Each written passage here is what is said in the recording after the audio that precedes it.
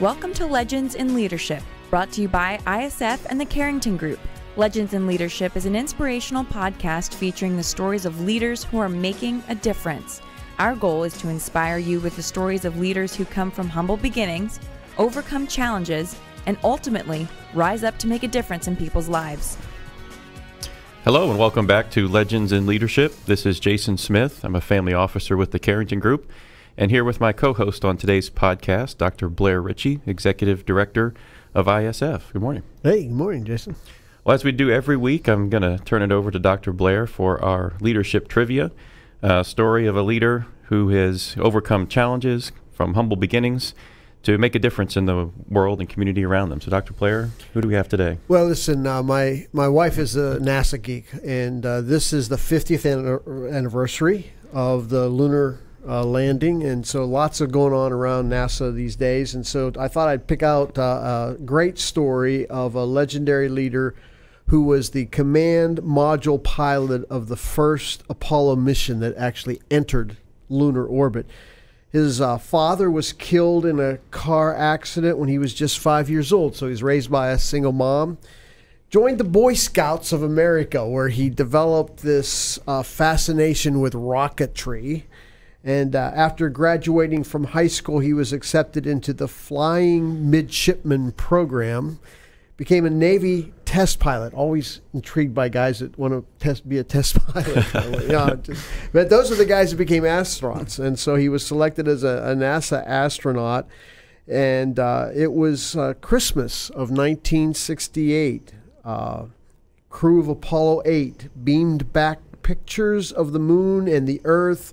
And if you recall that, you're probably too young, but mesmerized the world as they read the creation story from the book of Genesis. Fascinating moment in history. The astronaut's most famous flight, however, never reached its destination. He was part of the legendary Apollo 13 crew, whose mission was disrupted by an electrical fire that disabled the craft.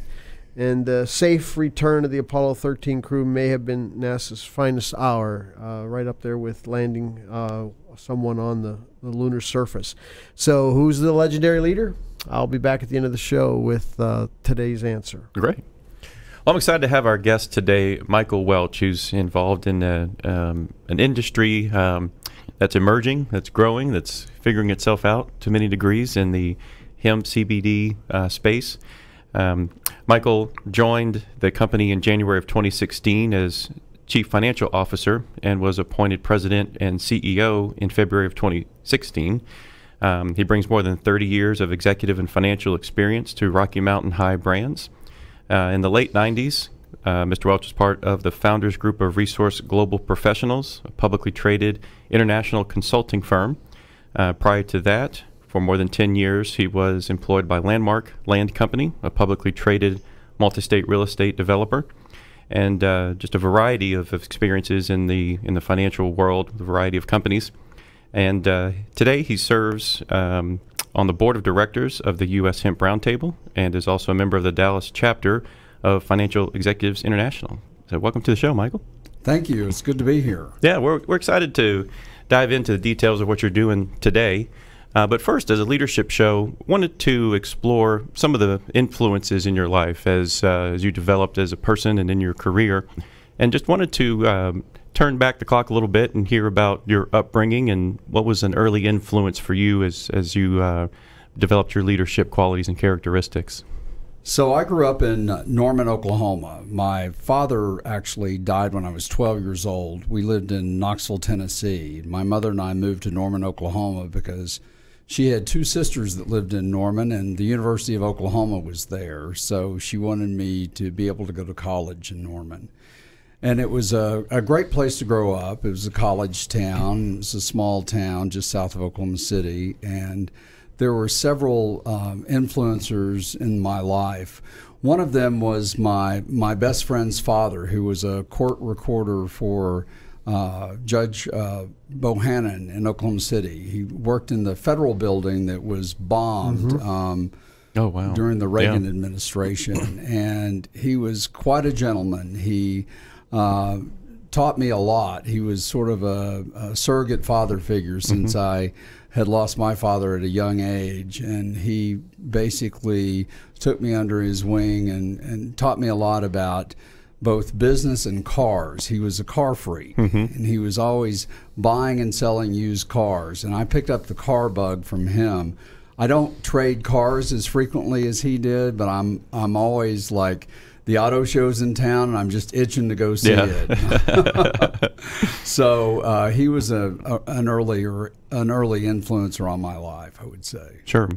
So that's a critical time. Obviously, at any time to lose a parent, it can be obviously hard. But at that age range, what were some of the things that you feel he imparted upon you, even at that younger age, that have helped you through your life?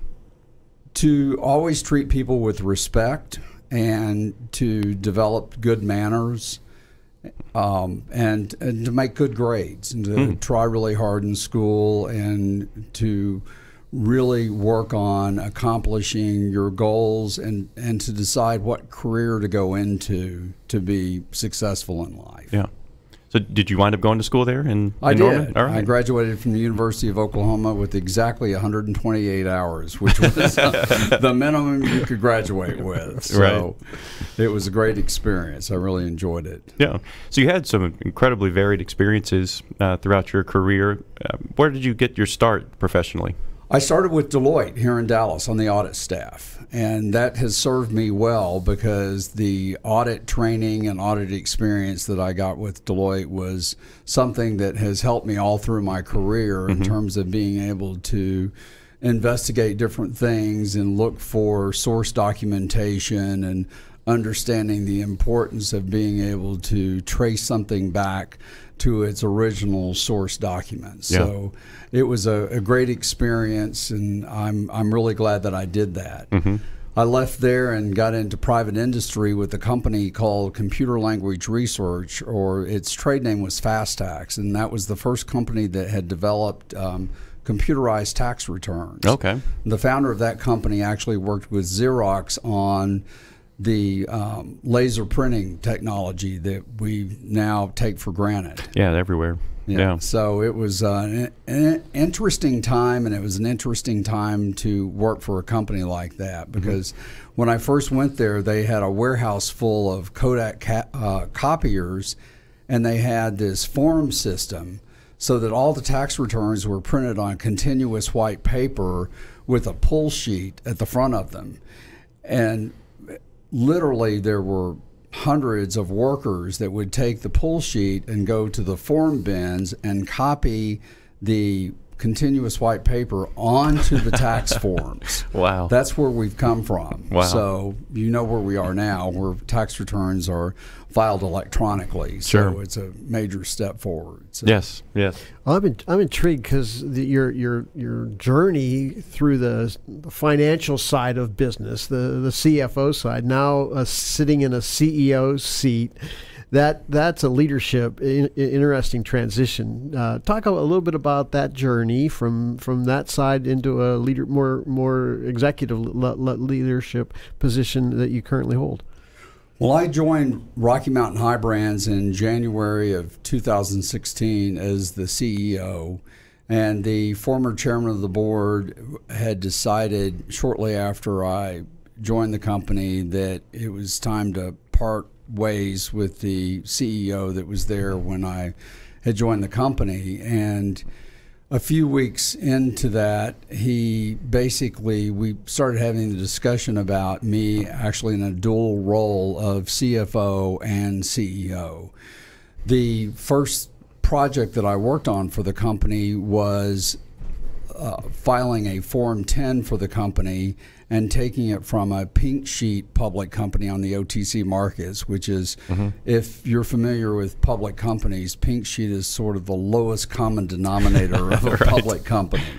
If you watch The Wolf of Wall Street, there's sort of a really good analogy of a pink sheet company where he goes, they show somebody in a garage. Yeah. Sort of is indicative of pink sheet companies. So pink sheet companies sort of have a certain stigma to them. Mm-hmm. So I worked on the Form 10, filed the Form 10, and got us through the Form 10 process, which took us to becoming an SEC registrant in what's called a fully reporting company.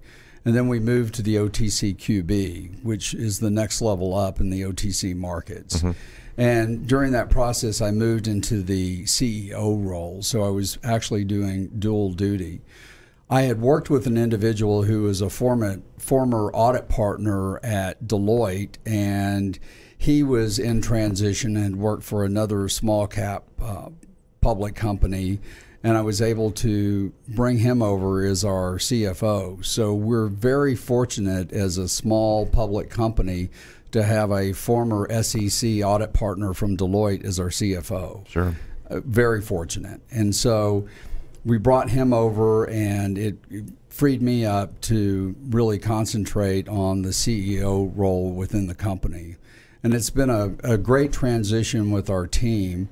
The chairman left in June of 2017, and we've had many changes and many challenges in the company since then. And we are now in the position where we've brought in a new vice president of sales. We're rolling out 7 new SKUs of hemp seed extract drinks, and we're working on a national distribution contract with the largest liquor, beer, and wine distributor, whose name I can't say yet, for national distribution of our drinks. And so we're very excited about that. It will give us a retail presence, and it'll put us on the map in terms of our revenue. Mm-hmm. So it's been we've been through some very challenging times. I like to tell people that when I retire from this position, I'm going to write a book, because some of the chapters are going to be unbelievable. Well, give us a preview then of some of what you went through, not necessarily in detail of what happened, but I'm curious about your leadership style. Is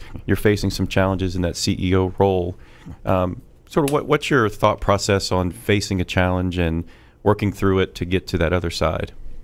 Well, I like to build consensus on my team. I don't like to be a dictatorial leader. Okay.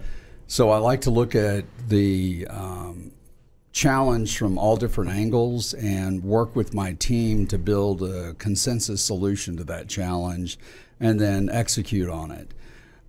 I like to have team members that have a sense of urgency and can act quickly on things. Okay. And so one of the things that when I joined Resources Global Professionals, I distinctly remember the requirements coming through for the director of the Dallas office, which I subsequently went into that role. But one of the main requirements was somebody that had a sense of urgency. Okay. And that stuck with me throughout the rest of my career, and that there are so many people out there that just don't have that sense of urgency. Right.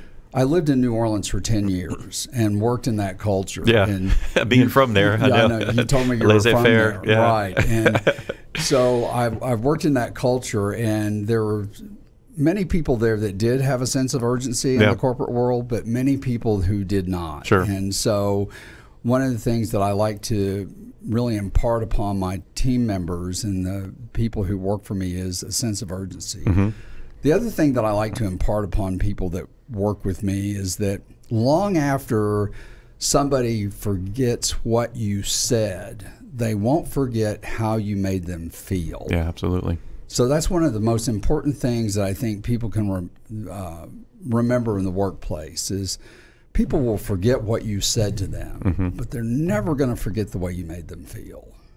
So I think if we could all remember that, and just in interacting with each other, that is one of the most important things. There's a human being on the other side of that conversation. Right. Yeah. So I think it's really important to treat people with respect, mm-hmm. and to treat people, to go back to the golden rule, to treat people the way you want to be treated. Yeah.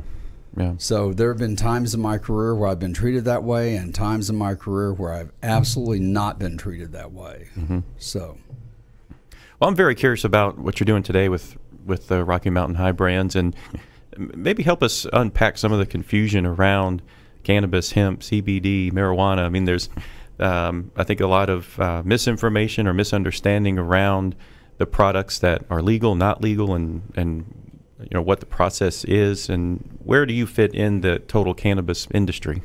So there is a lot of confusion. So I appreciate you bringing that up. It's all part of the cannabis family. So if you think of the cannabis family being like the citrus family, so think of hemp and marijuana like an orange and a lime. Okay. So an orange and a lime are part of the citrus family, but they're two different types of fruits. Gotcha. So cannabis and marijuana, hemp and marijuana are part of the cannabis family, but they're two different types of plants. And the difference is that hemp predominantly produces CBD. Okay. And has a minuscule amount of THC in it. Marijuana predominantly produces THC. THC is the compound, I could almost say it, the tetra. I won't even try beyond that. Google it if you're interested in more about that. Yeah, Google THC and you'll see the full name. THC is the compound that gets you high. Okay. And that's what causes the confusion, because the two plants look a great deal alike. And you're not going to get high off of products that are created from hemp. So it's understandable why it creates confusion in the marketplace, because if you start at the plant level, the plants look alike. So when they are added into products, it's important for consumers to buy products that are brands. Okay. So I would advise consumers to focus on companies that produce brands, because they can have a better reliance on those companies like ours, not to give ourselves a plug, but we are a brand. And there are some fly-by-night bad actors out there that are producing CBD products. One of the things that the U.S. Hemp Roundtable has done, and the U.S. Hemp Roundtable is an organization of different companies that are in every part of the supply chain in the hemp industry. And the U.S. Hemp Roundtable was created to primarily focus on legislation at the federal and state level to legalize hemp and CBD at the federal and state level, as well as to work with the FDA on their regulations to make sure their regulations supported hemp and CBD. Okay. So the U.S. Hemp Roundtable formed a sister organization called the U.S. Hemp Authority.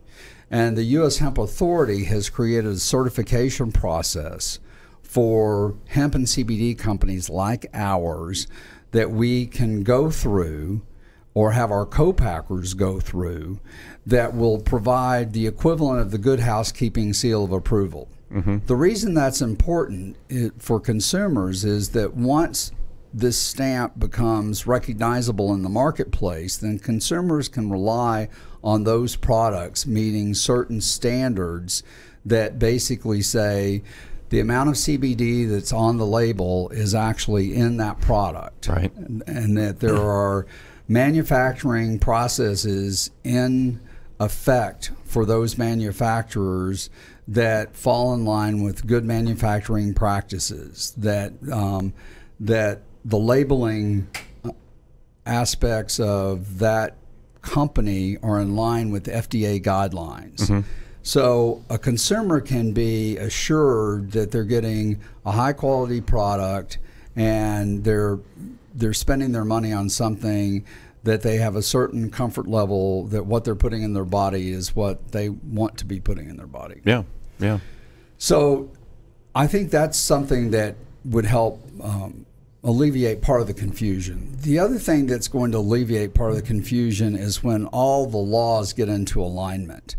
The Hemp Roundtable is working with the states that haven't passed legislation supporting hemp and CBD. There are 8, I believe, remaining states that have not passed legislation. Texas is in the process of their bills before the legislature. We heard unofficially yesterday that the legislature may have passed a bill, but I haven't heard that on the news yet. I haven't received a notification from the Hemp Roundtable, so I don't know if that's true or not. So I probably shouldn't be saying that since I haven't verified it yet. We'll say allegedly. I'll say allegedly. Allegedly. And so the entire goal is to pass legislation at each state's level that will make the laws consistent with the Farm Bill of 2018 so that we have consistent laws between the states. And then to address the FDA concerns of making it legal from an FDA standpoint of adding CBD to food and beverages. And getting the FDA comfortable with whatever framework that they're going to allow for that to happen, whatever process. And they've actually sought input from different companies and different individuals. So they're going through their process. And part of that process may require additional federal legislation to kind of push that forward. I was just fascinated by the leadership challenge of what he's just saying. I was just going to ask about that. You're in the midst of a controversial, if that's the right word, or at least a place where you can do a lot of missteps, and you're trying to build trust in a brand, say a Rocky Mountain brand, right? Right. So talk a little bit about the leadership journey there, or the leadership challenges facing in building trust in a brand in a whole industry that has fraught with potential missteps and government oversights and things. It's been challenging. It's one of the things that we've tried to do is to provide education to our consumers on our website that will help build trust in that we know what we're talking about, we know what we're doing, and that we are in compliance with the FDA regulations on what we put on our labeling. We had all of our labeling, all of our social media, and all of our websites reviewed by an FDA attorney. And as a result of that, we made adjustments. So we stick with what's called structure function claims. None of our products have any wild statements like, we don't say our products cure cancer. First of all, we don't know that. Right. But there are other companies out there that there might be another company out there that would make that statement. And that's the type of company that the FDA is going to go after. And in our industry, that's the type of company that we want the FDA to go after, because that's what we would consider a bad actor. Gotcha. And so that's where we want the FDA to police those type of companies, because we don't want you as a consumer to buy a CBD product with the expectation that it's going to cure cancer when we don't know that. We know that it relieves anxiety because it's, several individuals have reported that. But there's not, we haven't conducted a scientific trial to prove that yet. So, yeah. Well, it's interesting. We always come back when trust is the issue to competence and how good are you, and then character. Do you do what you say you do? Right. And it sounds like that's exactly the way you're trying to lead your company too. So there is a book that was written by a gentleman named Don Miguel Ruiz. It's called The Four Agreements. Have you ever heard of The Four Agreements? No. So the Four Agreements are be impeccable with your word, always do your best, don't make assumptions, and don't take things personally.